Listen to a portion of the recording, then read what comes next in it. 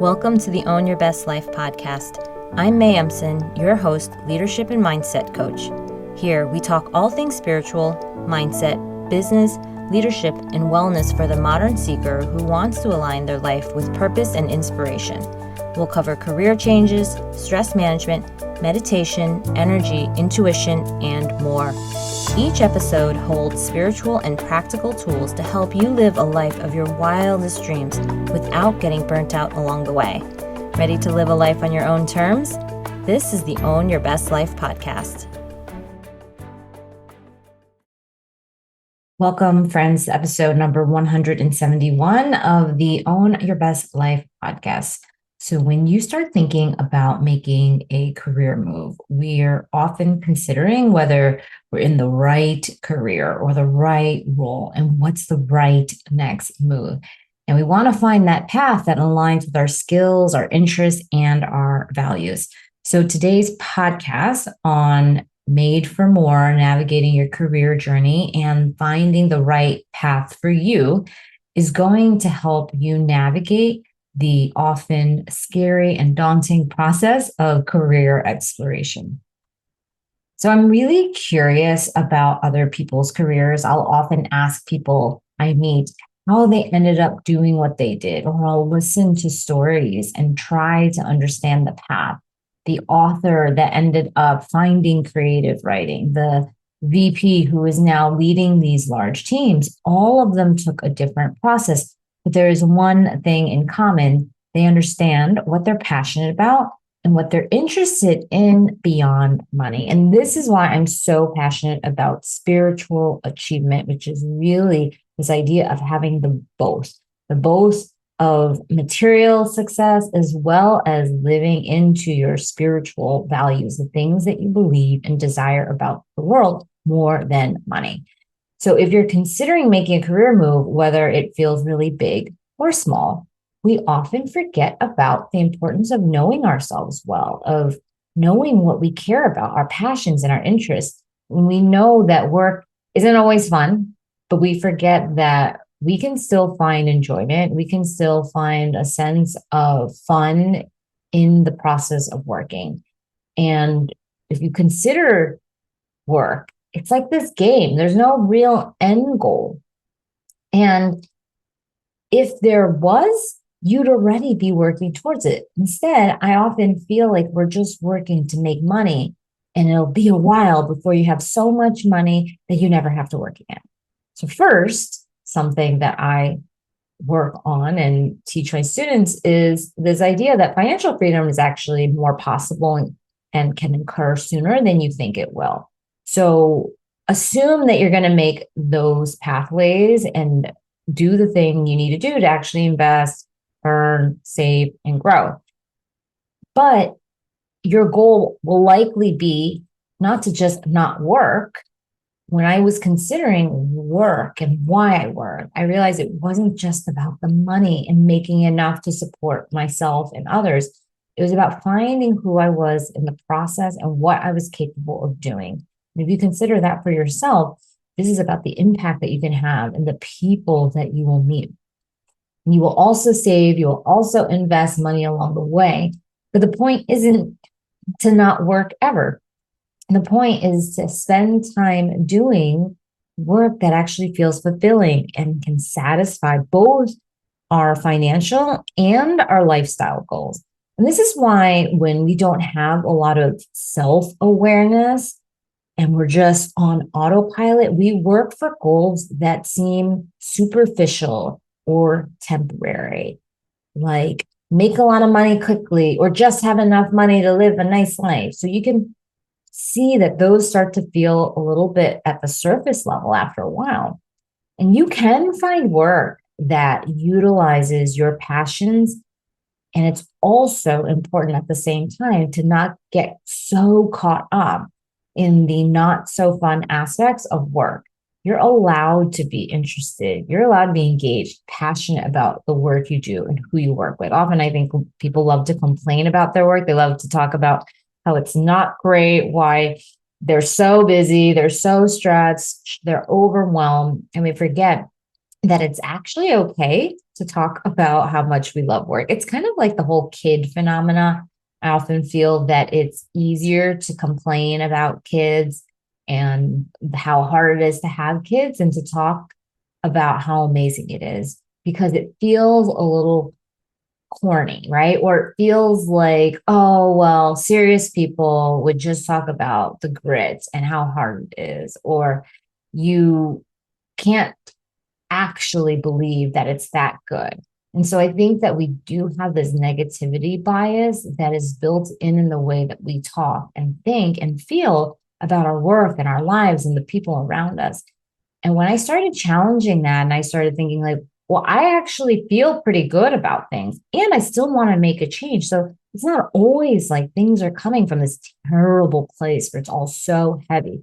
You could have pretty good work. You could actually like what you're doing. You could actually enjoy some of the work you do, but you might also still feel like you were made for more. And this is the person that I want to be speaking to.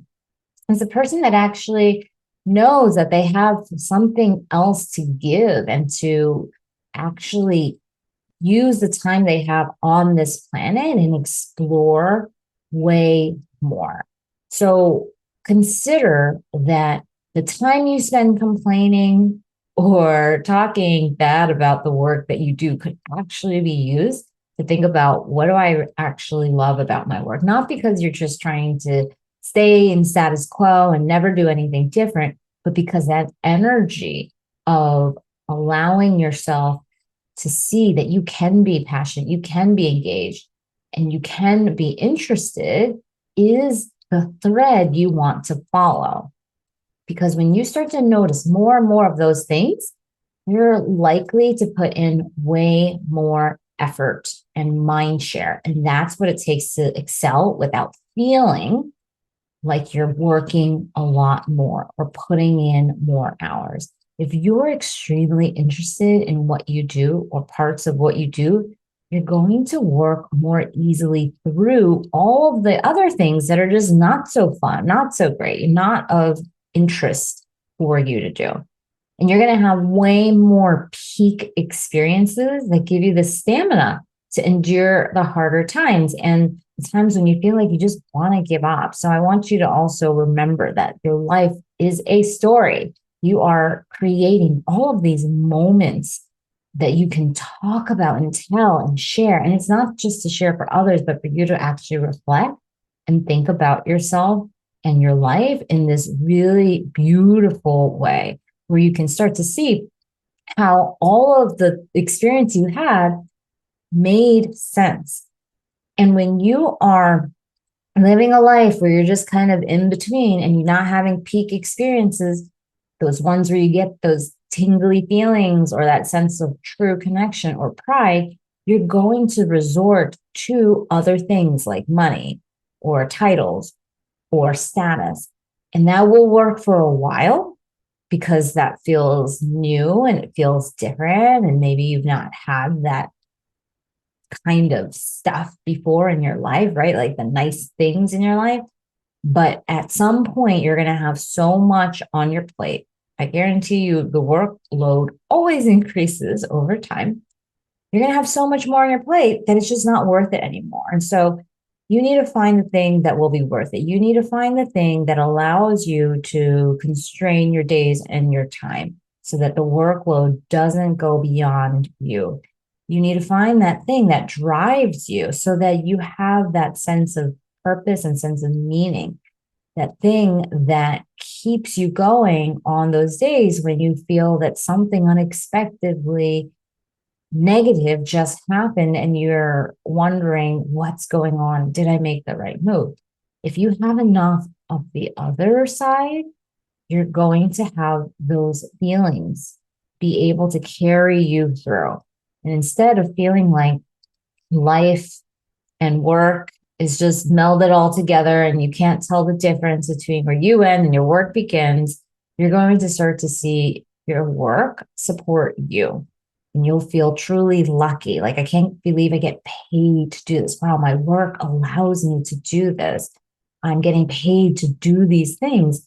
And it supports me instead of taking from me. And so this is one of the big shifts when you start to consider passions, when you start to consider your own interests. And when you know what you're passionate about, you'll also want to understand what you're skilled at and what strengths you bring. Maybe you are considering a bigger change to your career, and it is likely that you've thought of all the ways in which you could be good at this new thing. Yet, most people forget that whatever strengths and skills they already have, they need to continue to develop them. And I don't mean it like, oh no, I have so much more work to do, but this idea of aspiring to actually be pretty good at something. So you want to be thinking not just about, well, how do I get this job? But when I do the work in the job and I think about what I'd have to know and how I'd show up, I would start to consider who I am. And this is why I'm so passionate about people being best in class or considering themselves as best in class. A lot of people don't think of themselves as best in class is what they do. But if you're best in class, you are constantly aspiring to be the person who wants to contribute at the highest levels. Doesn't mean anything's broken or you need to be fixed, but you're seeing yourself and holding yourself in a higher regard. And that is not about ego. It is about allowing yourself to open your mind to new experiences, new ways of thinking, new ways of working. A beginner's mind thinks there's only, one answer. And that answer is that they don't know anything, right? And an expert mind is thinking that you obviously know it all, right? And nothing else has to be done.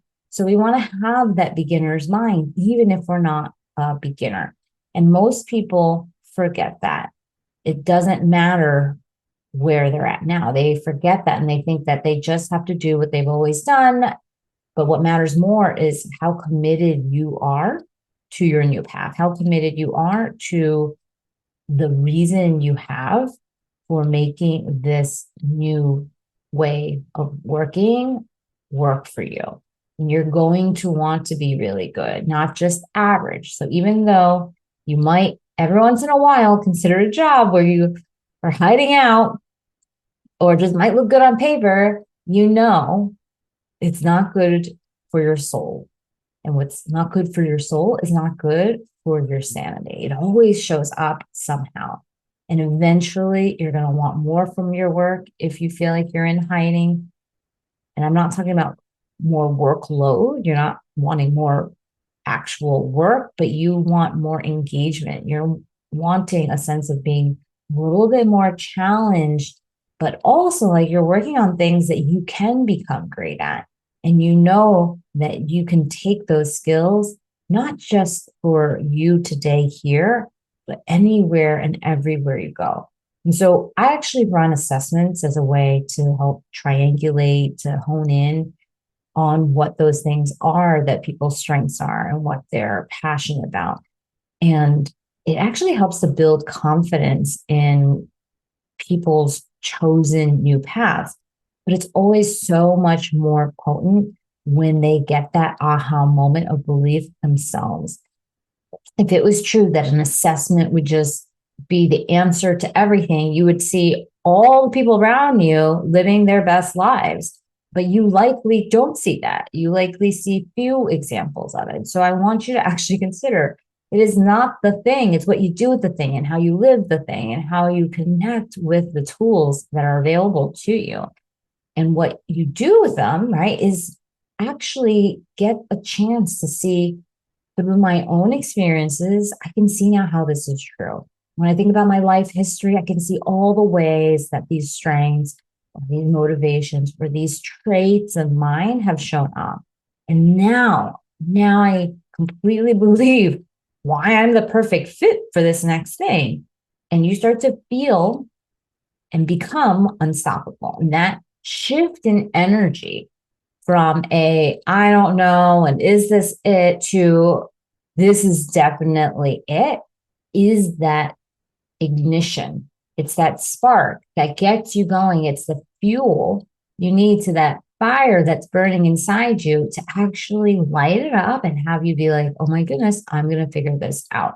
And so this is why we use a variety of tools, because every person feels differently about their past experiences, about what they've done. Sometimes there's a lack of confidence. Sometimes there's a ton of self-doubt, and they need more and more reasons to believe why what they want and what they desire is actually possible.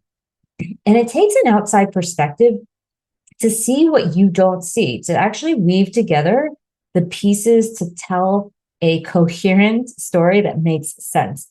And this perspective can actually come through a process, which is how I teach it. I teach people to actually go through a process where they actually identify what those things are. So it's not just me coming in telling you what it is. It's me using a structured process that has worked to show you how to come to that for yourself.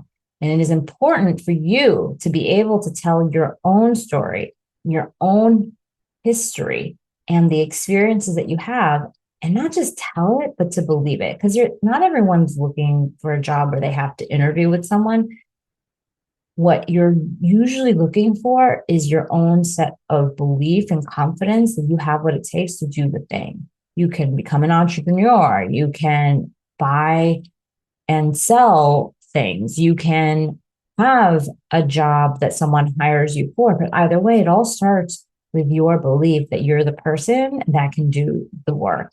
And my only personal experience is that I know coaching, personal development work is where I want to devote my time, my efforts, and this spiritual achievement work that I've been working on for these years is how I've always been thinking. It is my pattern of thinking. It is the way that I've experienced life, all of these moments that have come before, all of the times when people told me, but I didn't understand, this is what you're really good at. And all the moments where I saw, oh, the way I think and navigate life is truly different than most people. That's what ends up happening when you have that history and those experiences backing up the way you do things, your own personal brand, your own leadership style, your own process of working and thinking, and why it works for you. And when you have that, you have to embrace your differences. I think many people want to feel really safe. And so standing out actually can be hard. When you can embrace your difference of style and the way you work and how you work and what you look like and the way you show up, that's the heart of understanding yourself. That is the self-awareness that perhaps what you're good at is going to be very different than someone else. And it makes you even sharper and more clear in your style and your approach. It makes you more bold and fearless, and you have way more fun when you feel like everything is a bit more of a game. Everything is helping you get sharper on your purpose, your path, what it is you want to do next. And not all careers are created the same. So you're going to have your own sense of ambition. You're going to have to say, well, this is how far I want to go. This is where I want to be. What does success actually mean to me, not someone else? And actually be seen fully as a leader with your unique talents. The other day, I was talking to my husband about CrossFit because I just started it. I started it maybe 4-ish months ago. And I kind of explained to him how I wanted to learn more about it. And the reason I wanted to learn more about it is because I just showed up and just started doing things. And there's so much new terminology. There are things that I've never heard before or done before.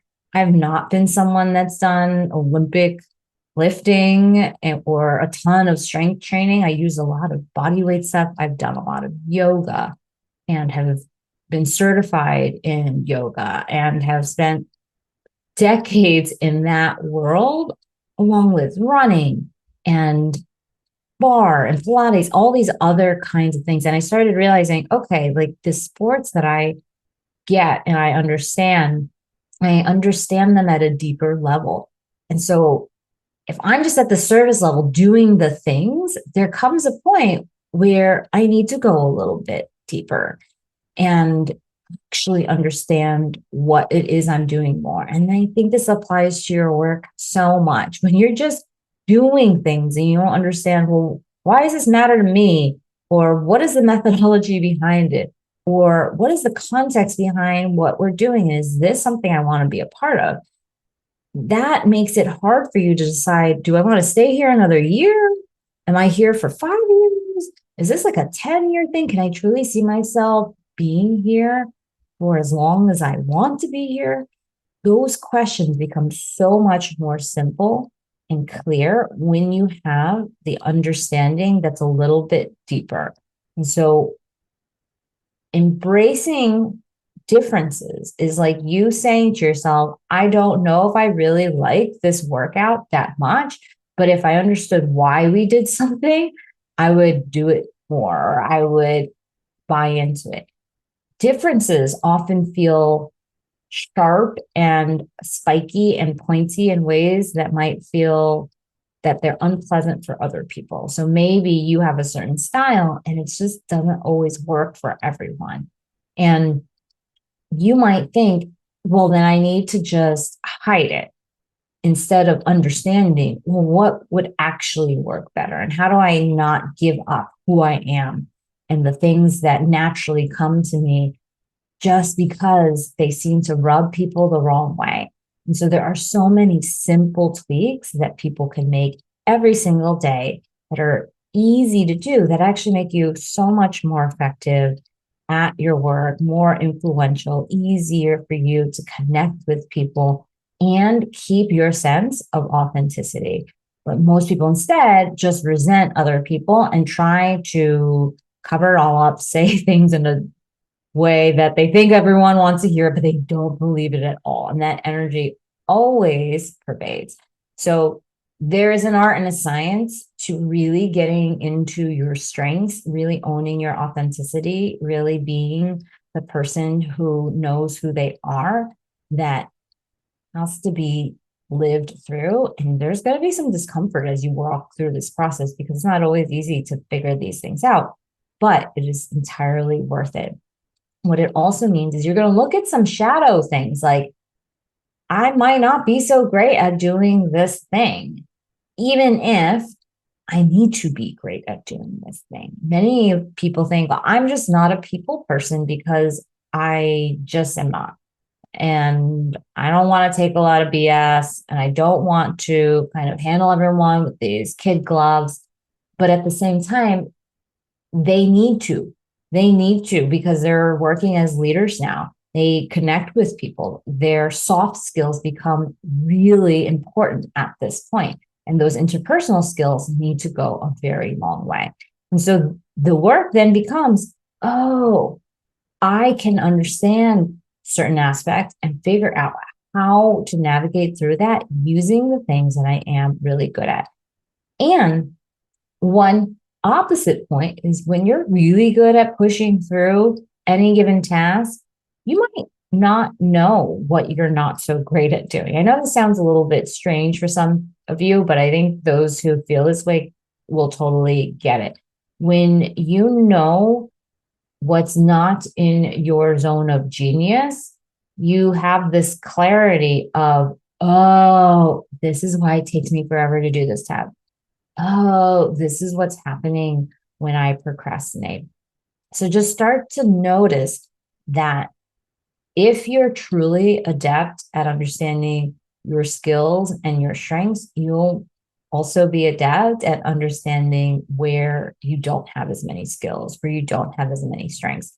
And then you can actually carve out a life and time and a way of working where you spend more time doing the things that are in your genius zone, in those places where you are truly strong, capable, and can put in a little bit of effort and see exponential results.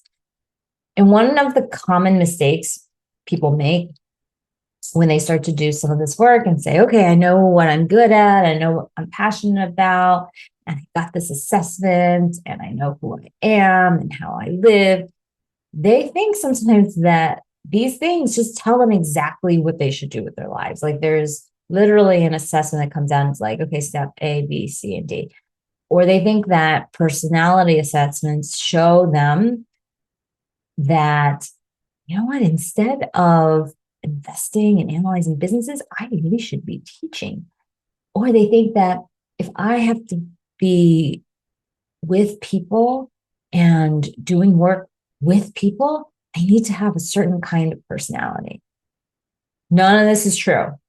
Look around, you're going to see there are introverted people, extroverted people doing everything. There are people who are more directive and results oriented, and there are people who are less directive and people oriented, and they're getting things done.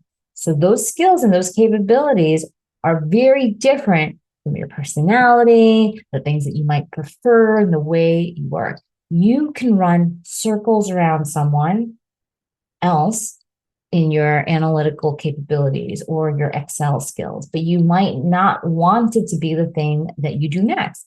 So being made for more doesn't mean you're only doing what you're good at or what you can do well. What you really want to do is notice that you want something that sparks that flame of inspiration. Maybe it is leading a team into a new vision and a new way of living and working and growing something on your own. This is what I'm talking about. That meaning, that sense of purpose, or even having some kind of conviction in this work. If you feel that that's missing, that is the next thing. That is what you're looking for to drive the ability to say, I'm going to use whatever personality I have, whatever strengths I have to make this thing work. So you're not going to be a best fit for something just because of your strength or your personality. You'll see why you use it towards what you're working through. I think it's the same.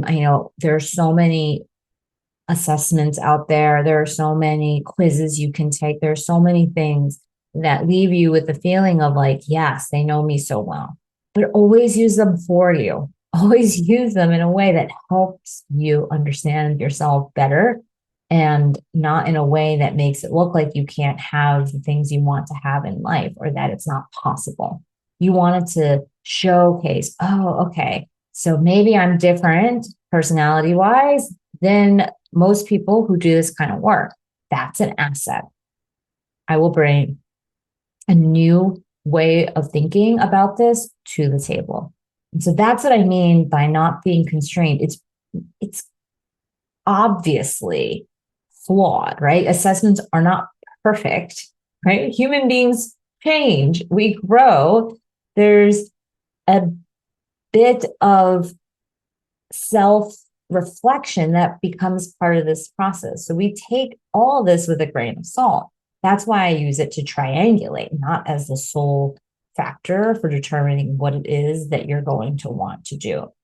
And when you start to get this, when you start to say, okay, I make the decision, I decide, I learn what it feels like to be inspired. I get in touch with that mind-body connection, which most people don't think is associated with careers, but is, because when you don't know how you feel about something, it's hard for you to understand what is driving your dissatisfaction or what is driving your sense of energy. So getting in touch with knowing what that looks like and feels like becomes a turning point, because then you start to decide, oh, I know what gives me that sense of conviction. I know what I'm thinking about this that leaves me feeling so inspired. I decide what I value. And so when you decide what you value and what you actually are going to prioritize in your life, you're going to start to make more decisions. It's going to become more clear. You're going to say, oh, I actually know more about myself than I realize. I want to have a certain lifestyle where I work from home. Or maybe I want to be in the office because I want to be around people. Do you want everyone to understand the kind of work you do? If so, you might need to choose certain jobs that everyone is aware of. Do you need to have a certain amount of income? These are all the things that we consider as we go through the process of figuring out what's next in your career.